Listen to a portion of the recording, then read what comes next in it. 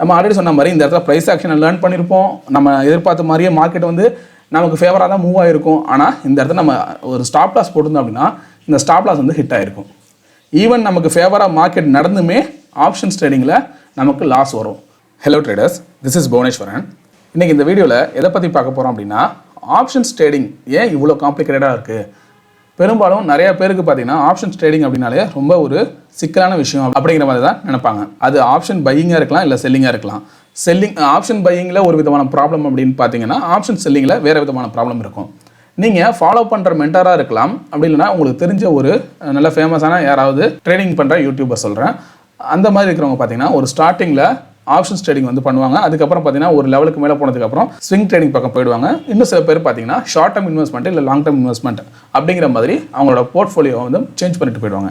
So அதுக்கான reason என்ன அப்படின்னா, ஆப்ஷன்ஸ் ட்ரேடிங் வந்து ரொம்பவே ஒரு சிக்கலான ஒரு விஷயம். கேபிட்டல் நம்ம இன்க்ரீஸ் பண்ணதுனால பெரிய அளவில் ரிஸ்க் எடுக்க வேணாம் அப்படிங்கிற மாதிரியான ஒரு மைண்ட் செட்டுக்கு சேஞ்ச் ஆனது கூட ஒரு காரணமாக இருக்கலாம். நீங்கள் பெரிய பெரிய ட்ரேடிங் யூடியூபர்ஸோட அந்த பயோகிராஃபி அவங்க சொல்கிறப்ப பாருங்கள், நான் வந்து ஸ்டார்டிங்கில் ட்ரேட் பண்ணுறப்போ எனக்கு 100% கேபிட்டலும் வாஷ் அவுட் ஆகிடுச்சு, அதுக்கப்புறம் தான் நான் ஒவ்வொன்றா கற்றுக்கிட்டேன் அப்படிங்கிற மாதிரி அவங்க நிறைய பேர் சொல்லியிருப்பாங்க. இப்போ நம்ம இந்த வீடியோ எதை பற்றி பார்க்க போகிறோம் அப்படின்னா, ஒரு செனாரியோ வச்சுக்க போகிறோம். ஆப்ஷன் ட்ரேடிங் பண்ணுறப்ப என்னெல்லாம் வந்து ப்ராப்ளம் வருது அப்படின்னு சொல்லிட்டு அதுதான் நம்ம இந்த வீடியோவில் பார்க்க போகிறோம். அவங்க வீடியோக்குள்ளே போகலாம். டிஸ்பிளே ஸோ இப்போ நீங்கள் பார்க்குறது பார்த்தீங்கன்னா லெஃப்ட் சைடு இந்த சார்ட்டை எது அப்படின்னு பார்த்தீங்கன்னா நிஃப்டியோட ஸ்பாட் சார்ட்டு. சரியா, இன்றைக்கி வந்து 31 ஆகஸ்ட்டு. இன்றைக்கி அதே போல் எக்ஸ்பைரி டே வேறு. இது வந்து நிஃப்டியோட ஸ்பாட் சார்ட்டு. ரைட் சைடில் நான் வச்சுருக்கிறது பார்த்தீங்கன்னா நிஃப்டியோட 90,300 புட் ஆப்ஷனோட சார்ட்டு. எதுக்காக இது நான் வச்சுருக்கேன் அப்படிங்கிறத வந்து நான் சொல்கிறேன். நீங்கள் ட்ரேட் பண்ணுறப்போ ஸ்பாட் சார்ட்டை பேஸ் பண்ணி ட்ரேட் பண்ணுறீங்களா, இல்லை ஆப்ஷன் சார்ட்டை பேஸ் பண்ணி ட்ரேட் பண்ணுறீங்களா அப்படிங்கிறத நீங்களே முடிவு பண்ணிக்கோங்க. அதில் என்னெல்லாம் சிக்கல் வருது அப்படிங்கிறத பார்ப்போம். இப்போ நான் ரெண்டுத்துலையும் பார்த்தீங்கன்னா 30 minutes டைம் ஃப்ரேம் வந்து வச்சுருக்கேன். ஸோ இப்போ வந்து நிஃப்டி சார்ட்டை பாருங்கள். நிஃப்டி வந்து 30 minutesல கண்டினியூஸாக வந்து மார்க்கெட் கீழே வந்துகிட்டு இருந்துச்சு. அதுக்கப்புறம் ஸோ இந்த பாயிண்ட் இந்த 3 கேண்டிலையும் நீங்கள் பாருங்கள். மார்க்கெட் வந்து 4 கேண்டில்ஸ் வந்து வரிசையாக வந்து நமக்கு பியரிஷ் கேண்டில் ஃபார்ம் ஆகிருக்கு. அதுக்கப்புறம் ஒரு க்ரீன் கலர் கேண்டில் ஃபார்ம் ஆயிருக்கு. அப்போ இந்த இடத்துல நம்ம என்ன அர்த்தம் அப்படின்னா, மார்க்கெட்டை வந்து கீழே வந்து கொண்டு வந்திருக்காங்க செல்லர்ஸு. அதுக்கப்புறம் இந்த இடத்துல வந்து சப்போர்ட் எடுக்க ட்ரை பண்ணியிருக்கு மார்க்கெட்டு. அப்போ என்ன பண்ணியிருப்பாங்க, செல்லர்ஸ் வந்து ப்ராஃபிட்டை புக் பண்ணியிருப்பாங்க. புதுசாக ஒரு சில பையர்ஸ் வந்து உள்ள வந்திருப்பாங்க. இங்கே ட்ரேட் எடுத்துகிட்டு இந்த இடத்துல என்ட்ரி போட்டு கீழே இது வந்து ஸ்டாப் லாஸ், இல்லைனா இந்த கேண்டிலோட லோ வந்து ஸ்டாப் லாஸ் அப்படிங்கிற மாதிரி வச்சுருப்பாங்க. அகைன் தேர்ட் கேண்டில் வந்து இது எல்லாத்தையும் பிரேக் பண்ணவும் என்ன ஆகிருக்கும் அப்படின்னா, மார்க்கெட் வந்து செல்லர்ஸோட கண்ட்ரோலில் தான் இன்னும் இருக்குது. இந்த இடத்துல வந்து இது வந்து சப்போர்ட் கிடையாது, இந்த லெவலுங்கிறது வந்து சப்போர்ட் கிடையாது. இந்த சப்போர்ட்டையும் பிரேக் பண்ணிடுச்சு, மார்க்கெட் இனிமேல் வந்து கீழே தான் வரப்போகுது அப்படிங்கிற மாதிரி இந்த இடத்துல நீங்கள் ஒரு முடிவு எடுப்பீங்க. ஏன் இதை நான் சொல்கிறேன் அப்படின்னா, இந்த இடத்துல நம்ம வந்து ட்ரேட் எடுக்க போகிறோம், மார்க்கெட் இனிமேல் கீழே வரப்போகுதுன்ட்டு.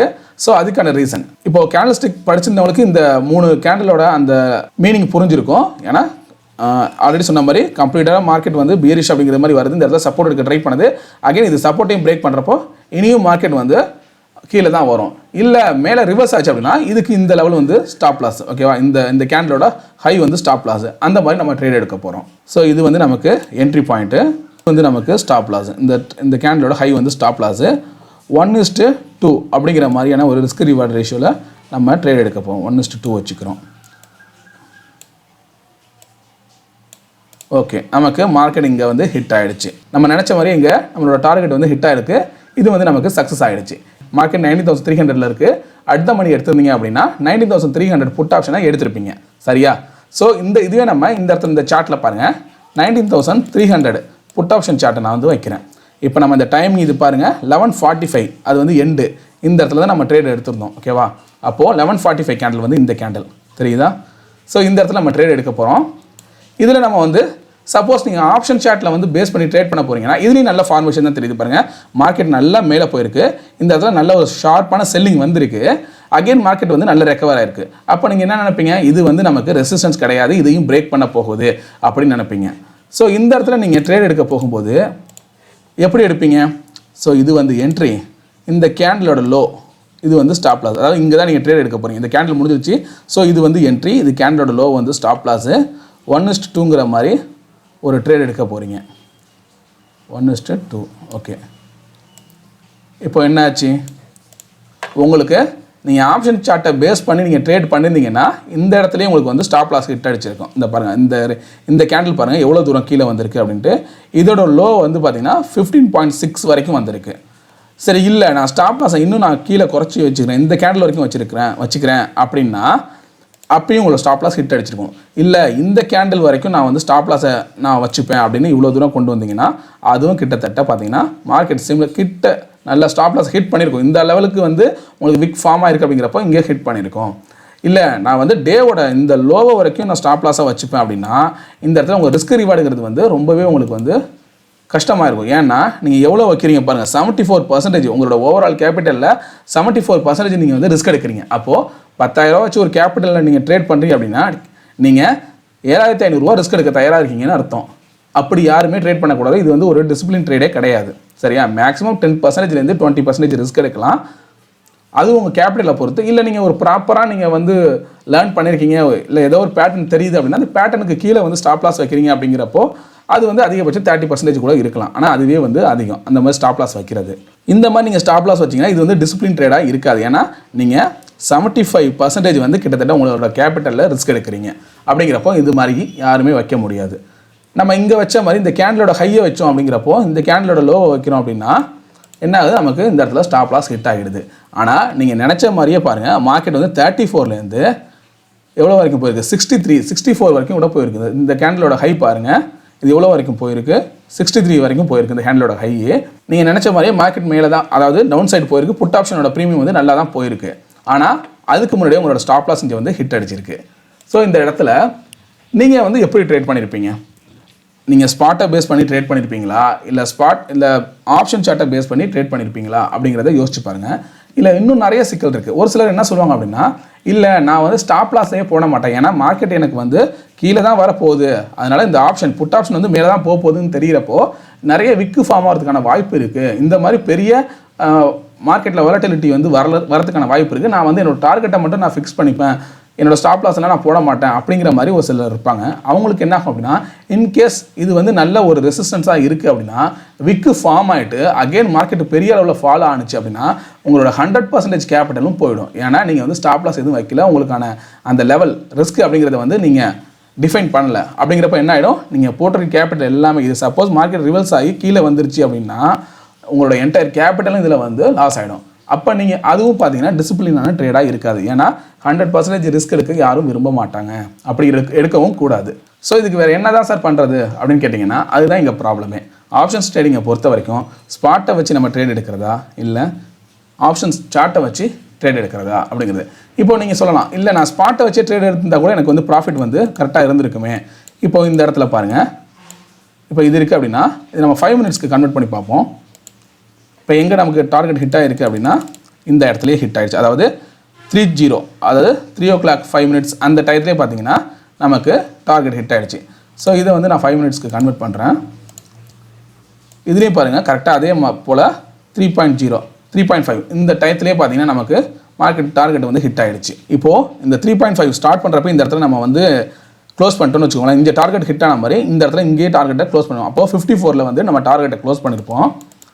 54ல் டார்கெட்டை க்ளோஸ் பண்ணியிருந்தீங்க அப்படின்னா இதுக்கு வந்து எப்படி நீங்கள் வச்சுருப்பீங்க? இந்த லெவலை பாருங்கள், ஒன்றும் இல்லை, இந்த ரேஞ்ச் இவ்வளோ தூரம் வந்திருக்குன்னு வச்சுக்கோங்க. ஏன்னா மார்க்கெட்டு இந்த லெவல் வரைக்கும் போயிருக்கா, நம்ம ஸ்டாப் லாஸுங்கிறது வச்சது வந்து இவ்வளோ தூரம் ஸ்டாப் லாஸ் இருந்தோம்.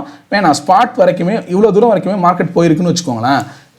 இந்த லெவல் வரைக்கும் மார்க்கெட் வந்துருந்துச்சு அப்படின்னா இந்த இடத்த பாருங்கள், 140 வரைக்கும் மார்க்கெட்டுக்கு கீழே போயிருக்கு. அப்படிங்கிறப்போ 140ன்னு இங்கே வச்சு பார்த்தீங்கன்னா கீழே தெரியுது பாருங்கள், இந்த ரேஞ்ச் வரைக்கும் மார்க்கெட் வந்திருக்கு. இந்த கேண்டிலோட லோ அப்படிங்கிறது வந்து 15.56 வரைக்கும் வந்துட்டு போயிருக்கு. நீங்கள் ட்ரேட் எங்கே எடுத்திருப்பீங்க? எடுத்தது பார்த்தீங்கன்னா 34 கிட்ட எடுத்தீங்க. இதோட லோ எங்கே வரைக்கும் வந்துட்டு போயிருக்கு? 15.6 வரைக்கும் போயிட்டு இந்த ரேஞ்ச்.